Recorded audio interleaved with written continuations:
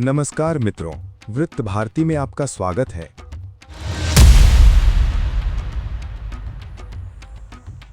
परिवर्तन पर्व का उत्तरंग, पश्चिम बंगाल में केसरिया सुनामी।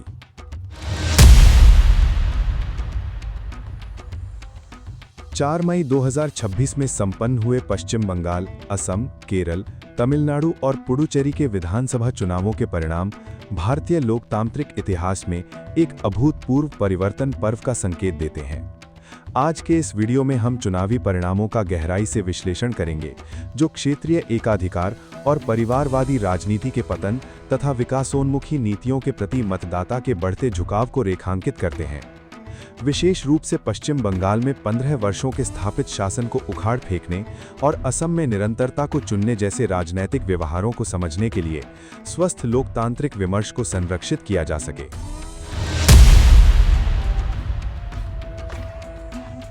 पश्चिम बंगाल, असम, केरल, तमिलनाडु और केंद्र शासित प्रदेश पुडुचेरी में विधानसभा चुनावों के जो नतीजे आ गए हैं, उन्हें देखकर अब देश भर में बीजेपी विरोधी पार्टियां और मोदी विरोधी घुट छाती पीटना शुरू कर चुके हैं और वे पराजय के पुराने एवं निष्प्रभावी कुतर्क प्रस्तुत करने का प्रयास करेंगे।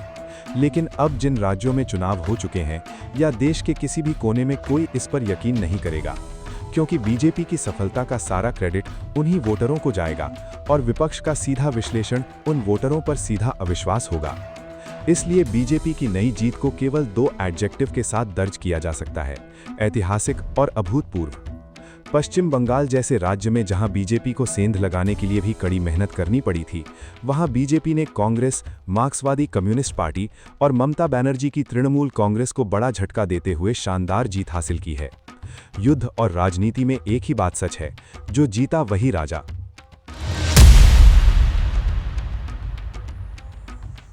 मित्रों, इस ऐतिहासिक परिवर्तन पर्व का विश्लेषण शुरू करने से पहले मुझे अपने पिछले 2 वीडियो की याद आती है।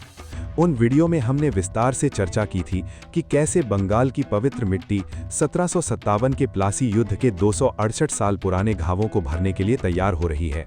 हमने ईशा राय जैसी वीरांगनाओं के संघर्ष और डॉक्टर श्यामा प्रसाद मुखर्जी के उस अधूरे स्वप्न का विश्लेषण किया था, जिसे पूरा करने का संकल्प प्रधानमंत्री मोदी ने लिया था। उस समय जो एक वैचारिक बीज हमने बोया था और जिस केसरिया सुनामी की आहट हमने महसूस की थी, आज 4 मई के इन परिणामों ने उस पर सत्यता की मुहर लगा दी है। आज का ये विश्लेषण उसी सभ्यतागत महाविजय का उत्तरंग है, जिसकी नींव हमने अपने पिछले विमर्श में रखी थी।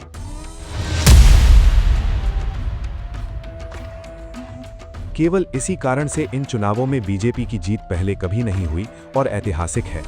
आज़ादी के बाद से यानी 1947 से 1977 तक लेफ्ट फ्रंट ने 34 साल बाद पश्चिम बंगाल में सत्ता हासिल की थी, जिससे 30 साल से चल रहे कांग्रेस शासन का अंत हुआ था।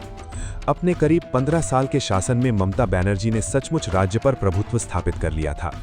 ममता बनर्जी के कारण राज्य की जो दुर्दशा हुई, आखिरकार वही उन्हें सत्ता से बाहर कर गई। अगर इस हार का सही विश्लेषण किया जाए तो कहना होगा कि इस राज्य के मतदाताओं ने ममता दीदी और उनकी पार्टी को दंड दिया। अल्पसंख्यक के लिए बहुसंख्यक के साथ बहुत ज्यादा दुश्मनी, बहुत ज्यादा राजनीतिक फायदे और लोकतांत्रिक व्यवस्था में उम्मीद की जाने वाली जनहित को हराने वाले राज को समाप्त करके पश्चिम बंगाल के मतदाताओं ने अंततः बीजेपी को सत्ता की कमान सौंपकर एक अनोखा बदलाव किया है। ये देश में पिछले 12 साल से शुरू हुए बदलाव के दौर का एक अद्भुत नतीजा है। इसलिए पश्चिम बंगाल के वोटर्स बधाई के हकदार हैं। बड़ी संख्या में हिस्सा लेने वाले और लोकतंत्र के इस त्योहार की पवित्रता बनाए रखने वाले वोटरों के वोट उनके जोश से निकल रहे थे। इससे तृणमूल कांग्रेस में डर की लहर बीजेपी की जीत का साफ इशारा दे रही थी। नतीजों के बाद विपक्ष ने बीजेपी के विजयोत्सव को आरोप प्रत्यारोप और नए पुराने कारण बताकर कितना भी कलंकित करने की कोशिश की हो, पश्चिम बंगाल में बीजेपी की ऐतिहासिक जीत निस्संदेह मतदाता की समझदारी का सबूत है।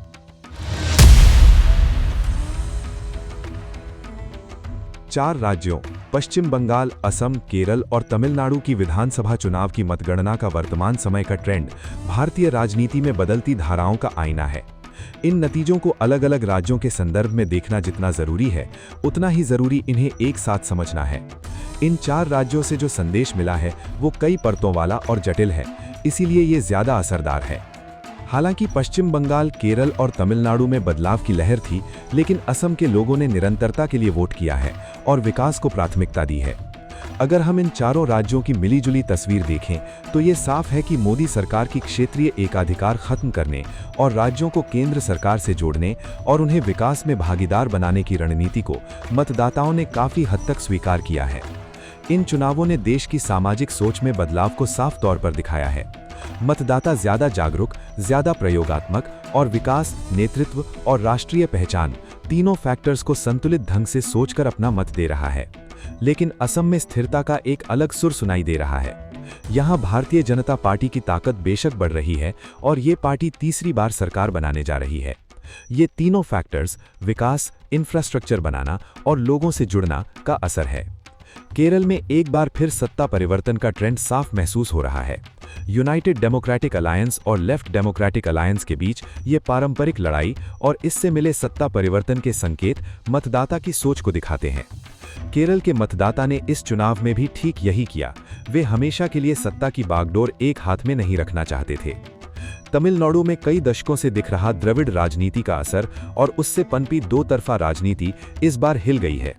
एक्टर विजय जोसेफ की तमिजगा वेत्री कजगम पार्टी इस चुनाव में एक मजबूत राजकीय पर्याय के तौर पर उभरी और पुरानी पार्टियों को चुनौती देकर जीती भी। इस राज्य में सत्ता परिवर्तन का ये प्रयोग सिर्फ एक नई पार्टी का आना नहीं है, बल्कि ये उन वोटरों की सोच और आत्मबल का भी सबूत है जो एक विकल्प ढूंढ रहे हैं। ये राज्य में नए मतदाता, शहरी वर्ग की जागरूकता और परिवारवाद की पारंपरिक राजनीति के खिलाफ बढ़ते असंतोष का नतीजा हो सकता है।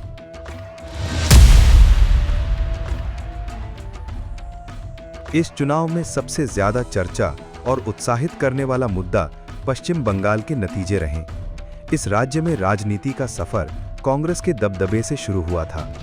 बाद में ये मार्क्सवादी कम्युनिस्ट पार्टी की लंबे समय तक चली लेफ्ट पावर की ओर झुकी और फिर करीब 15 साल तक तृणमूल कांग्रेस के स्टेज पर आकर टिकी रही। बीजेपी की जीत के साथ यहाँ की राजनीति राष्ट्रवाद के मामले में मैच्योरिटी की ओर बढ़ती दिख रही है।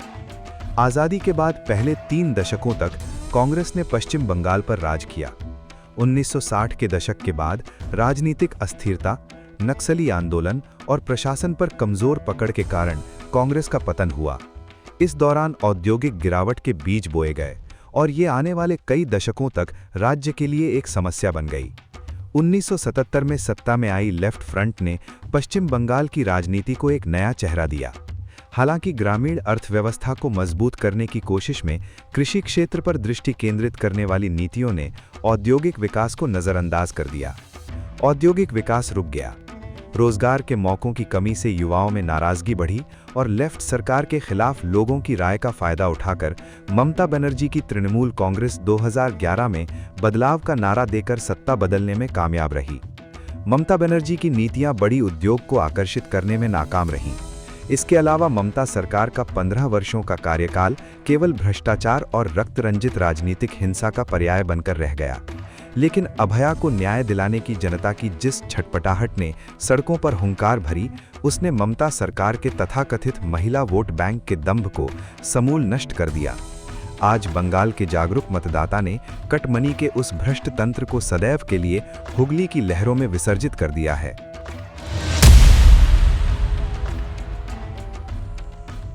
नरेंद्र मोदी के नेतृत्व वाली केंद्र सरकार के बाद मतदाता ने बीजेपी को भारी मतदान दिया है, जिसने ये माना है कि पश्चिम बंगाल संतुलित विकास का भूखा है और पश्चिम बंगाल के विकास की गारंटी दी है। जीत के बाद जश्न में शामिल मतदाताओं ने वही उम्मीदें दोहराईं। ऐसे में बीजेपी के सामने पश्चिम बंगाल के विकास के सपने को पूरा करने की चुनौती होगी। मतदाताओं ने सरकार बदलने का काम किया है। विकास का एक स्थिर और सबको साथ लेकर चलने वाला रास्ता खोजने की जिम्मेदारी अब बीजेपी की है। एक तरफ पश्चिम बंगाल में बीजेपी की ऐतिहासिक एंट्री और दूसरे राज्यों में बदलाव की लहरों को देखते हुए लोग पारंपरिक राजनीति के संभ्रम से बाहर निकलना चाहते हैं और समाज भी एक सही और काबिल विकल्प सामने आने पर बदलाव के मौके को भुनाने के लिए बेताब है। विधानसभा चुनाव अब केवल उन राज्यों की राजनीतिक विश्लेषण तक सीमित मुद्दा नहीं रह गए हैं। इनमें देश की लंबे समय की राजनीति और दिशा के बारे में नए संकेत भी हैं। बीजेपी को जो संकेत मिले हैं वे साफ हैं। ये उम्मीद जगाने वाले भी हैं और चुनौतीपूर्ण भी। देश की राजनीति की आगे की दिशा इस बात पर निर्भर करेगी कि कांग्रेस और परिवार की राजनीति में लगी पार्टियां इस वोट में अपने लिए क्या संकेत देखती हैं और उनका क्या मतलब निकालती हैं।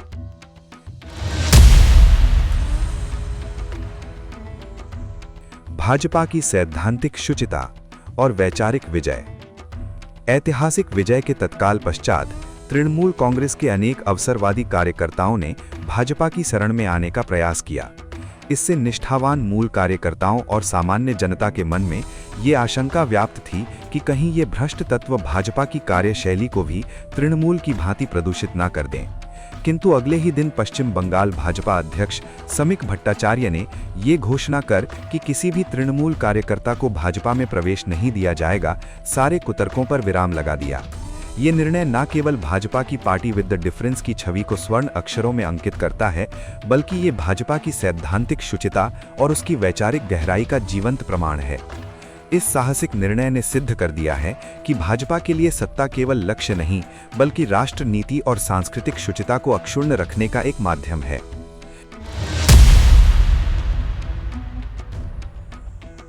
चार मई 2026 के विधानसभा चुनाव परिणाम भारतीय लोकतंत्र की परिपक्वता और राजनीतिक विकास का एक नया अध्याय है। पश्चिम बंगाल में बीजेपी की ऐतिहासिक जीत, जिसने तृणमूल कांग्रेस और उससे पहले के वामपंथी शासन द्वारा उत्पन्न राजनीतिक जड़ता को समाप्त किया, इस बात का स्पष्ट संकेत है कि भारत का मतदाता अब तुष्टीकरण और हिंसक राजनीति को नकार रहा है।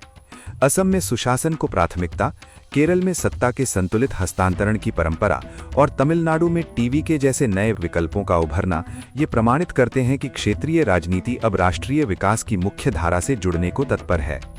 ये परिवर्तन पर्व पारंपरिक और पारिवारिक राजनीति के विभ्रम से बाहर निकलकर एक पारदर्शी, विकासोन्मुखी और सशक्त नेतृत्व की ओर जनता के बढ़ते झुकाव को प्रदर्शित करता है। भारत माता की जय। जय मां दुर्गा।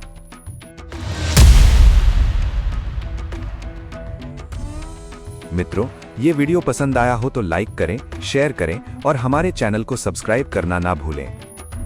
ये वीडियो अंत तक देखने के लिए धन्यवाद। वंदे मातरम।